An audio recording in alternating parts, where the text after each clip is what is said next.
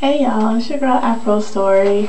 I just wanted to do a quick vid to wish everybody a wonderful new year, and thank you to all of my subscribers. I'm really humbled and appreciative of you guys subscribing to me, so thanks a lot for that. And one thing that I thought was really interesting, I want to talk about two things, but that's what I had planned. One was about New Year's and the traditional dishes that black folk cook during New Year's, and the second part I want to talk about was the new sci-fi thriller Avatar, which I love because I'm a sci-fi fanatic. So the first thing I want to talk about was the traditional things that we cook during New Year's. Now, I was talking to my mom recently because she was cooking a black eyed peas dish, Hoppin John, and collard greens for the New Year's. And I was asking her, I was like, Mom, where do you get the idea to cook black eyed peas and greens for every New Year? Why do you do that? And she was telling me how her mother and her grandmother and her grand aunt taught her about these traditional Southern style dishes. And I believe that black eyed peas, a little quick note about it, that they originate in North Africa. And the Hoppin John dish did originate as an African American dish. If that's not correct, y'all, let me know. Those of y'all that are cooks or whatever out there, let me know about that. But I'm almost positive that was an African American dish that has origins in Africa, particularly the black eyed peas had their origin in North Africa. And we cook them for luck. So I thought that was really interesting. And cooking greens was a way to bring in money, or they were, if you cook greens, that was for financial prosperity, something like that. So I thought that that tied in really well with my whole theme of trying to figure out all these different techniques and ways that we preserve our story. And definitely, like I said before, cooking is a way to do that. And it was interesting to see how my mom, how she personally learned about those traditional black or African diaspora dishes from the women in her family.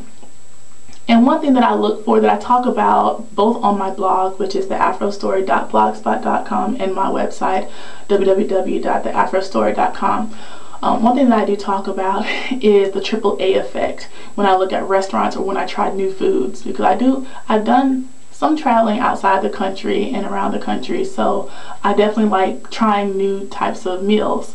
And the things that I look for when I go to restaurants is, one, the atmosphere, is the ambiance, indicative of the type of food that they serve there. For example, if I go to a Mexican style restaurant, I don't expect to find Chinese type of decorum, right? Second thing I look for is authenticity, meaning that who's actually preparing the meal, whose hands are actually preparing the meal.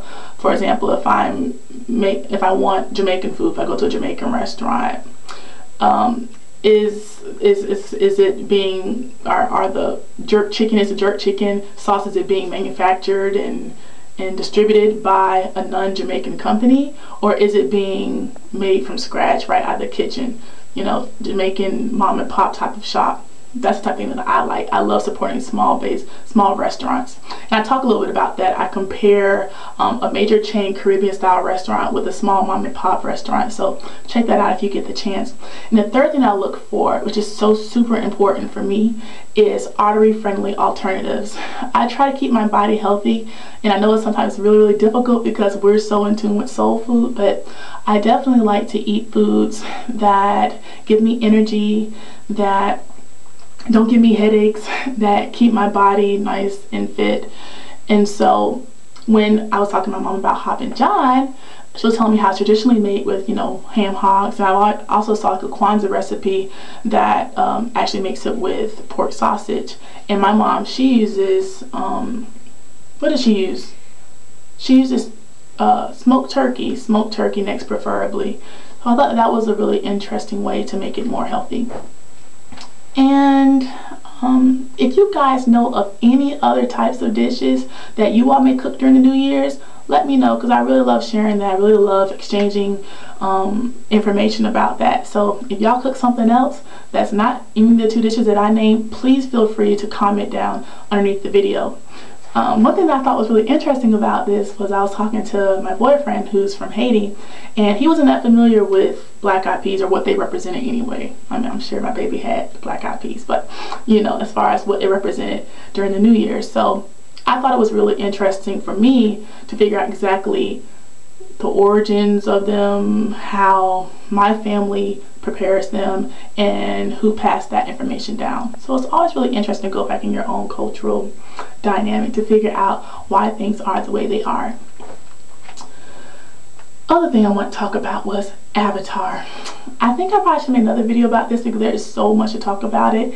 And spoiler alert, just in case I do say anything that may ruin the movie for those of you all that have not seen it yet.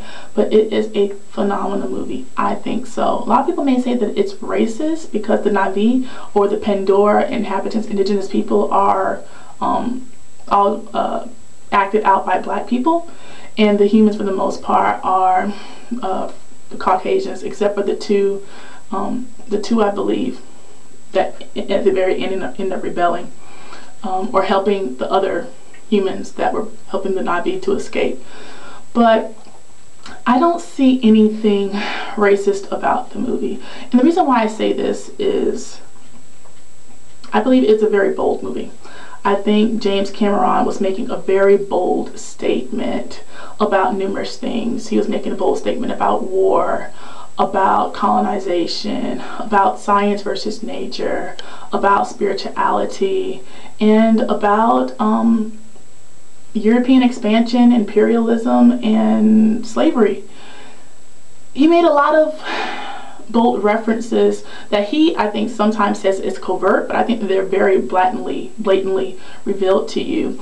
And I love the fact that he did that, because I feel a lot of directors or screenwriters or what have you don't take as many risks as Cameron took in that movie, and they actually set the setting or the scenic backdrop is set on Earth, but yet they don't really want to tackle a lot of those issues. Yes, I believe that the Na'vi looked like either African people or Native American people. I mean, I think that was something that was definitely intentional. And judging from some of the interviews I read about Cameron, he was trying to make that type of connection. For example, if you look at the styles of some of the Na'vi warriors, they resemble a lot of the Kenyan type of hairstyles. You have the locks and you have the box plaits that resemble a lot of our types of hairstyles. The facial feature, the phenotypical makeup of the Na'vi definitely is indicative of the indigenous people across the globe, I guess. And one thing, I think there's a lot of things that he tries to tackle. I talk about them a lot on my blog, but one thing I feel is very important is that a people that are oppressed or that have things that belong to them taken from them, it's natural, it's instinctive for them to retaliate, to try to preserve who they are. And they shouldn't have to apologize for that, or shouldn't have to make excuses for why they do that. And I think that is very important. I think that I do agree with Cameron when he says that there is a sense of entitlement among the Western world for the resources of other people outside of the American or the Western dynamic, that the Western world can exploit those resources, those people, and that land without any form of retaliation. And I think that's very naive, very gullible, and a little bit arrogant. And I think the fact that Avatar actually delves into that, which having a little bit of sci-fi in the mix never hurt nobody, but the fact that it delves into that, I think, was something that I definitely commended Cameron. And I wish that other directors, other writers could take a risk like he did. And you know, setting it on Earth wouldn't hurt either, but you know, sometimes I feel that they feel it's more safer to go out in space to address some of these issues that affect us right on Earth. But you know, at least he did it.